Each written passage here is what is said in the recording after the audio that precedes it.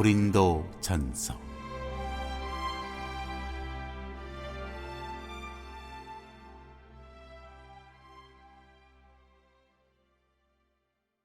사람들이 그리스도인이 되는 것과 동시에 훌륭하게 되는 것은 아닙니다. 그것은 언제나 놀라운 일입니다. 그리스도와 그분의 길로 들어섰다고 해서 그 사람이 나무랄 데 없는 예절과 적절한 도덕을 자동적으로 갖추게 되는 것은 아닙니다. 고대 세계에서 고린도 사람들은 제멋대로 굴고 독주를 마시며 성적으로는 문란한 무리라는 평판을 받았습니다. 바울이 메시지를 가지고 고린도에 도착하자 고린도 사람들 가운데 상당수가 예수를 믿는 신자가 되었지만 그들은 자신들에게 들러붙은 평판까지 교회 안으로 가지고 들어왔습니다. 바울은 그들의 목회자의 자격으로 1년 6개월을 그들과 함께 보내면서 복음의 메시지를 자세히 전하고 그들이 신자들의 공동체로서 구원과 거룩함의 새 삶을 살려면 어찌해야 하는지를 가르쳤습니다. 그런 다음 그는 길을 떠나 다른 도시와 다른 교회로 갔습니다. 그리고 얼마 지나지 않아 바울은 고린도 교회 식구들 가운데 한 사람으로부터 보고를 받습니다. 파벌 싸움이 격해지고 도덕이 무너졌으며 예배가 초자연적인 것에 집착하는 이기적인 수단으로 변질되었다는 것이었습니다. 고린도 사람들이라면 능히 그러고도 남을 일이었습니다. 그래서 바울은 그들에게 편지를 보냅니다. 먼저 그들이 그리스도 안에서 한 형제 자매임을 부인하지 않았고 그들이 나쁜 행실을 보였다고 해서 그들을 내치지도 않았으며 그들의 무책임한 생활 방식에 대해 비난성 있는 잔소리를 늘어놓지도 않았습니다. 바울은 그 모든 문제를 냉철하게 처리하면서도 그들의 손을 잡아 끌어 이전의 토대로 되돌립니다. 바울은 구원하시는 하나님의 거룩한 사랑을 속속들이 행하게 하고 서로 사랑하라고 권면합니다.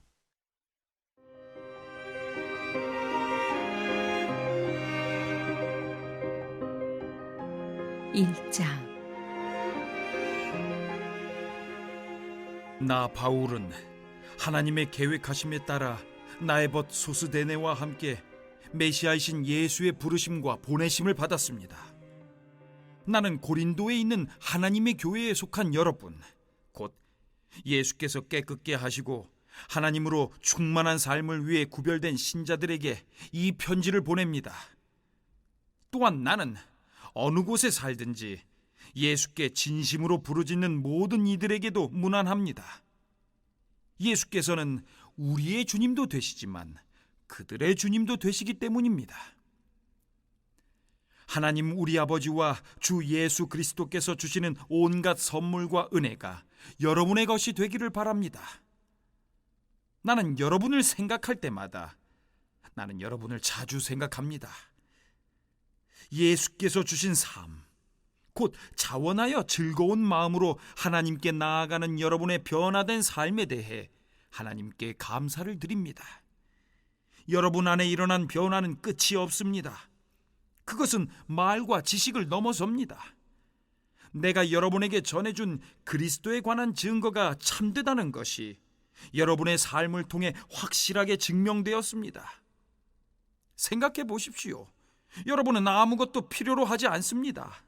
여러분은 전부를 얻었기 때문입니다. 여러분이 우리 주 예수께서 이 세상의 마지막 무대에 등장하기를 간절히 기다리며 살아가는 동안 하나님의 온갖 선물이 바로 여러분 앞에 있습니다. 그뿐만 아니라 예수께서 모든 일을 마무리 지으실 때까지 하나님께서 친히 여러분 곁에 계시면서 여러분을 흔들리지 않게 해주시고 가던 길에서 벗어나지 않게 해주실 것입니다. 여러분을 이끌어 이 영적 모험을 하게 하신 하나님께서 자기 아들이시며 우리 주님이신 예수의 생명을 우리와 함께 나누고 계십니다. 하나님께서는 여러분을 결코 포기하지 않으실 것입니다. 그 점을 절대 잊지 마십시오.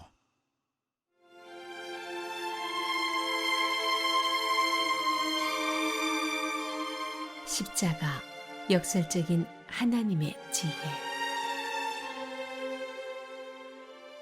나는 깊이 우려하고 있습니다. 이제 우리 주 예수의 권위를 빌려 나의 벗인 여러분에게 그것을 말씀드리겠습니다.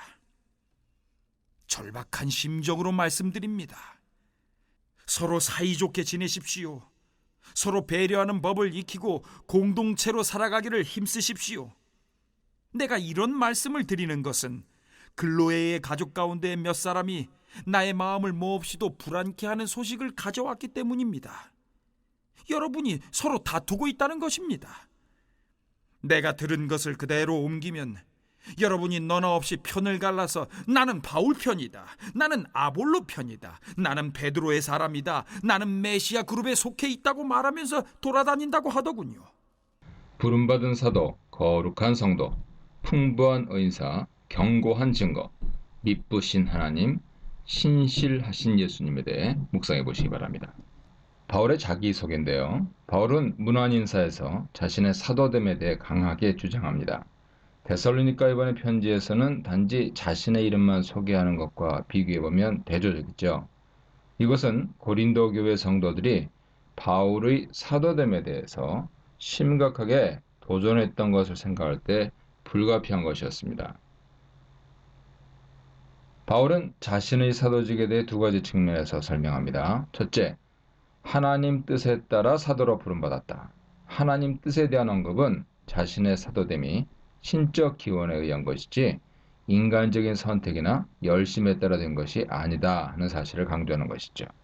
바울이 하나님에 의해서 사도로 부름받았다는 소명의식은 그가 선포한 복음에 대한 확신 때문이지 자신의 신분을 자랑하는 것이 결코 아닙니다.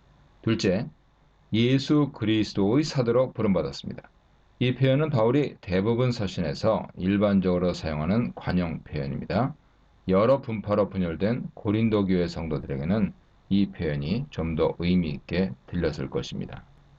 독자들에 대한 묘사인데요. 바울은 고린도 교회 성도들의 영적 정체성에 대한 설명으로 이어갑니다. 먼저 고린도 교회는 하나님 교회로 명명됩니다. 아마 바울은 고린도 교회 성도들이 분파를 형성하면서 자신들의 존재감이나 주장을 강하게 드러내었던 것을 염두에 두고서 이 말을 했을 것입니다. 교회는 하나님께 속한 것이지 어떤 특정한 개인이나 집단에 속한 것이 아닙니다. 고린도 교회는 바울이나 게바나 아볼로에게 속한 것이 아니라 하나님께 속한 것입니다. 바울은 그리스도의 교회라고 말할 수도 있었을 것입니다. 그러나 그렇게 말하면 교회 안에 있던 한 분파인 그리스도파를 지지하는 것이 되고 말 것입니다. 비록 그들이 그리스도께 속했다고 주장하더라도 그것이 분파적인 행동이라면 잘못된 것입니다. 바울은 특히 거룩함에 대해 강조합니다. 그리스도 예수 안에서 거룩하여지고 성도라 부르심을 받은 자들이란 표현에서 반복적으로 거룩함을 강조하고 있는 것은 도덕적으로, 윤리적으로 불의한 행위를 일삼았던 고린도 교회 성도들의 행위를 지적하는 것입니다. 은혜와 평강을 기원하고 있습니다. 고린도 교회와 같은 분쟁이 심한 곳에는 하나님의 은혜와 평강이 특별히 요구되죠. 이 은혜와 평강은 하나님과 주 예수 그리스도께로부터 오는 것입니다. 바울은 2절과 3절에서 반복해서 주 예수 그리스도라는 표현을 사용하고 있습니다. 그리스도의 주 되심에 대한 표현은 이후에도 계속 반복되고 있는데요. 교회가 예수 그리스도만을 주인으로 섬길 때 은혜와 평강이 주어진다 하는 사실을 기억해야 합니다. 하나님께 감사합니다. 바울은 어떤 환경에서도 항상 하나님께 감사하는 사람입니다. 항상 감사하라는 것은 그의 가르침의 특징이죠. 그는 독자들에게 주신 하나님의 은혜 때문에 감사하고 있습니다. 그리고 그 감사는 독자들을 위한 것입니다. 고린도 교회가 바울에게 얼마나 괴로움을 주었는지 생각하면 이런 감사가 잘 이해되지 않지요.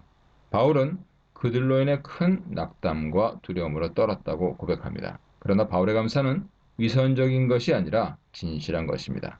바울은 자신의 사도권에 대한 고린도 교회의 도전으로 인해서 심한 슬픔을 느끼면서도 감사하고 있습니다. 감사의 내용은 자신에게 주어진 어떤 유익 때문이 아니라 고린도 교회에 주신 하나님의 은혜 때문입니다. 어떤 사람들은 그들이 받은 은사로 인해서 자랑하거나 교만해졌습니다. 그런데도 바울은 그리스도 안에서 주신 은혜는 그들에게 유익한 것이기 때문에 감사하고 있습니다. 첫 번째 감사 이유를 밝히는데요. 과거 은혜로 인해 감사하고 있습니다. 구체적인 설명으로 하나님께서 고린도 교회에 주신 모든 것으로 인해 감사하고 있습니다. 그런데 하나님께서 주신 모든 것에 대해 두 가지를 들고 있죠. 첫째, 모든 언변. 둘째, 모든 지식입니다. 모든 언변이란 단지 말을 잘하는 웅변술뿐만 아니고 방언, 예언, 가르치는 것 같은 영적 은사도 포함되어 있을 것입니다. 지식은 복음에 대한 깨달음과 확신을 가리키면서 고린도 교회 성도들은 특히 지식과 지혜를 강조하고 자랑했습니다. 그런데 문제는 이런 모든 은사로 인해서 그들은 자랑하고 교만하게 되었고 결국 분쟁과 분파를 일으키는 원인이 되고 말았다는 것입니다. 따라서 바울은 그들의 훌륭한 구변을 교만한 자의 말이라고 비판하면서 하나님 나라는 말에 있지 않고 오직 능력에 있다 하여 말 잘함의 허구성을 지적하고 있습니다.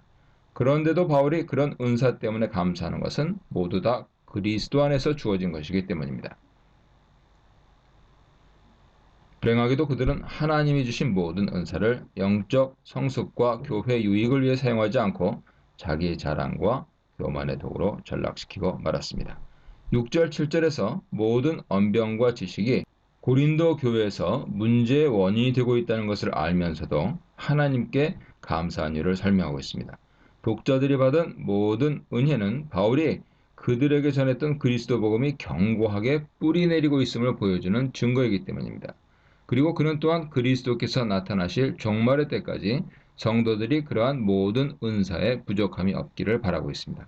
바울은 하나님의 은사가 독자들에 의해 잘못 사용되고 있음을 알고 있지만 감사하고 있는 것이죠. 성도들을 바른 길로 이끄는 것은 결국 하나님의 은혜이기 때문입니다. 두 번째 감사 이유가 나오는데요. 미래에 대한 기대로 인해서 감사하고 있습니다. 바울은 고린도 교회 성도들이 책망할 것이 참으로 많은 이들임을 알고 있습니다. 앞으로 이 서신에서 신랄하게 책망할 것입니다. 그런데도 감사할 수 있는 것은 주께서 그들을 온전케 하실 것이라는 확신 때문이었습니다. 바울은 하나님께서 고린도 교회에 주셨던 과거 은혜에서 시작해서 이제 미래에 주실 은혜에 대한 언급으로 감사를 마무리하고 있습니다. 비록 지금은 독자들이 문제가 많지만 주님의 은혜로 결국 흠없는 자들로 나타나게 될 것이다. 믿었던 것이죠. 9절에서 하나님의 신실하심으로 감사합니다. 바울은 주께서 독자들을 책망할 것이 없는 자로 끝까지 경고케 하실 것이라고 확신한 근거가 무엇인지 구체적으로 설명합니다. 그는 하나님은 신실하시다라는 표현으로 시작합니다. 그리고 그렇게 신실하신 하나님을 통해서 독자들이 부름받았다는 사실을 상기시키고 있습니다. 하나님은 신실하신 분으로 당신께서 부르신 독자들을 끝까지 지키실 것이라 확신합니다. 하나님의 신실하심은 우리 확신의 근거죠. 하나님이 그들을 부르신 목적은 그분의 아들인 예수 그리스도 우리 주와 더불어서 교제하는 자가 되도록 하기 위함이라고 말합니다.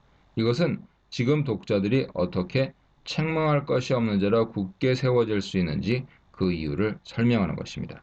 지금 독자들은 책망을 받을 수밖에 없는 불의하고 교만한 자들이죠. 그러나 그들이 그리스도와의 교제를 통하여서 흠없는 그리스도를 본받게 될 것입니다. 하나님은 우리를 그러한 자가 되도록 부르셨기 때문에 반드시 그렇게 이루어 가실 것입니다. 아멘. 큐티라이프 김목사입니다. 고린도전서 1장 10절로 17절입니다. 같은 말, 같은 마음, 같은 뜻. 쟁쟁한 지도자, 분쟁하는 교회. 세례에서 십자가까지에 대해 묵상해 보시기 바랍니다. 10절 한마음으로 연합하라.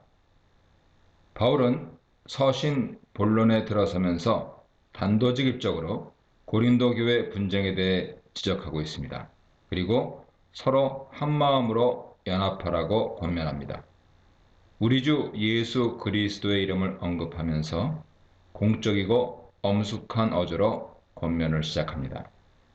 장황하게 느껴질 정도로 주, 예수, 그리스도란 호칭을 모두 다 언급하는데 이것은 교회의 근본적인 주권과 권위가 예수 그리스도께 있음을 강조하는 것이죠. 분쟁 원인이 각 분파마다 다른 지도자를 선호했던 것에 있었음을 염두에 둔다면 바울은 여기서부터 의도적으로 자신의 권위나 이름이 아니라 그리스도의 이름으로 권면해서 그가 교회 주인 되심을 강조하고 있다고 볼 수 있습니다. 바울은 같은이란 단어를 반복하여 사용해서 생각, 마음, 뜻, 말에 있어서 연합을 강조하고 있습니다. 그러나 이것은 다양성을 무시하는 획일성을 의미하지는 않습니다. 그들의 분쟁이 같은 복음 안에서 나타나는 다양성이 아니라 상대방을 적대시하고 다투는 양상이었기 때문이죠. 저자는 13절에서 그리스도께서 어찌 나뉘었느냐라고 반문하는데 이것은 교회가 그리스도 외에 다른 이름으로 뭉쳐서는 안 된다는 것을 강조하고 있습니다. 분쟁에 대한 보고를 듣고 있는데요. 바울이 고린도 교회 분쟁에 대해 어떻게 알게 되었는지 소개하고 있습니다. 그는 글로의 집에서 온 어떤 사람들로부터 교회 실상에 대해 들었습니다. 글로의 사람들이 고린도 교회 성도들이었는지는 분명하지 않습니다. 고린도 교회도 공적으로 대표자들을 파견해서 바울에게 서신을 전달했다 합니다. 7장 1절, 16장 17절 보세요. 그러나 고린도 교회의 분쟁에 관한 적나라한 모습은 글로의 사람들로부터 받은 보고를 통해서 알았을 것입니다. 그들이 보고한 분쟁의 본질은 복음 안에서의 다양한 견해처럼 발생한 충돌 정도가 아니라 이기적인 사고방식에서 서로를 적대시하는 악한 다툼이었습니다. 분쟁의 내용이 나오는데요. 근로의 사람들로부터 들은 분쟁의 구체적인 내용은 교회 리더십에 관한 문제였습니다. 고린도 교회에는 4분파가 있었는데 각자 추종하는 지도자가 달랐습니다. 바울파가 있었는데 고린도 교회를 바울이 개척한 것을 감안하면 바울을 추종하는 사람들이 있는 것은 당연했을 것이죠. 아볼로를 추종하는 사람들은 헬라 철학적인 지혜의 매력을 느끼는 사람들이었을 것입니다. 아볼로는 알렉산드리아 출신으로 헬라 철학 지식과 수사학에 능한 사람이었죠. 또한 성경에 능통해서 사람들을 잘 설득하고 가르쳤습니다. 그는 바울이 고린도 교회를 세운 후에 잠시 그곳에서 복음을 전했는데요. 이때 그의 철학적인 지식과 웅변술에 매료된 사람들이 그를 추종했을 것입니다. 아마 수사학적인 웅변술이 다소 부족했을 바울을 지혜가 부족한 사람으로 간주했을 수 있습니다. 그래서 2장 1절로 5절에서 바울은 자신이 전한 복음은 아름다운 말과 지혜로 한 것이 아니라 성령의 능력으로 한 것이다 변호했을 것입니다. 기바파가 어떻게 생겨났는지 확실하지 않습니다. 베드로가 고린도 교회를 방문했을 수도 있고 이전에 베드로 복음을 듣고 회심한 자들이 고린도 교회에 정착했을 수도 있죠. 베드로가 12사도 대표라는 점을 중요하게 생각하는 이들이 그를 추종했을 수도 있습니다. 그러나 그리스도파에 대한 언급은 이해하기 어렵습니다. 왜 다른 분파들은 모두 인간적 지도자를 내세우는데 이들은 그리스도를 내세우는지 알 수 없습니다. 사실 모든 그리스도인들은 그리스도파가 되어야 합니다. 그러나 만약 그리스도의 이름이 또 다른 한 분파를 형성하는 원인이 되었다면 그것은 잘못된 것이죠.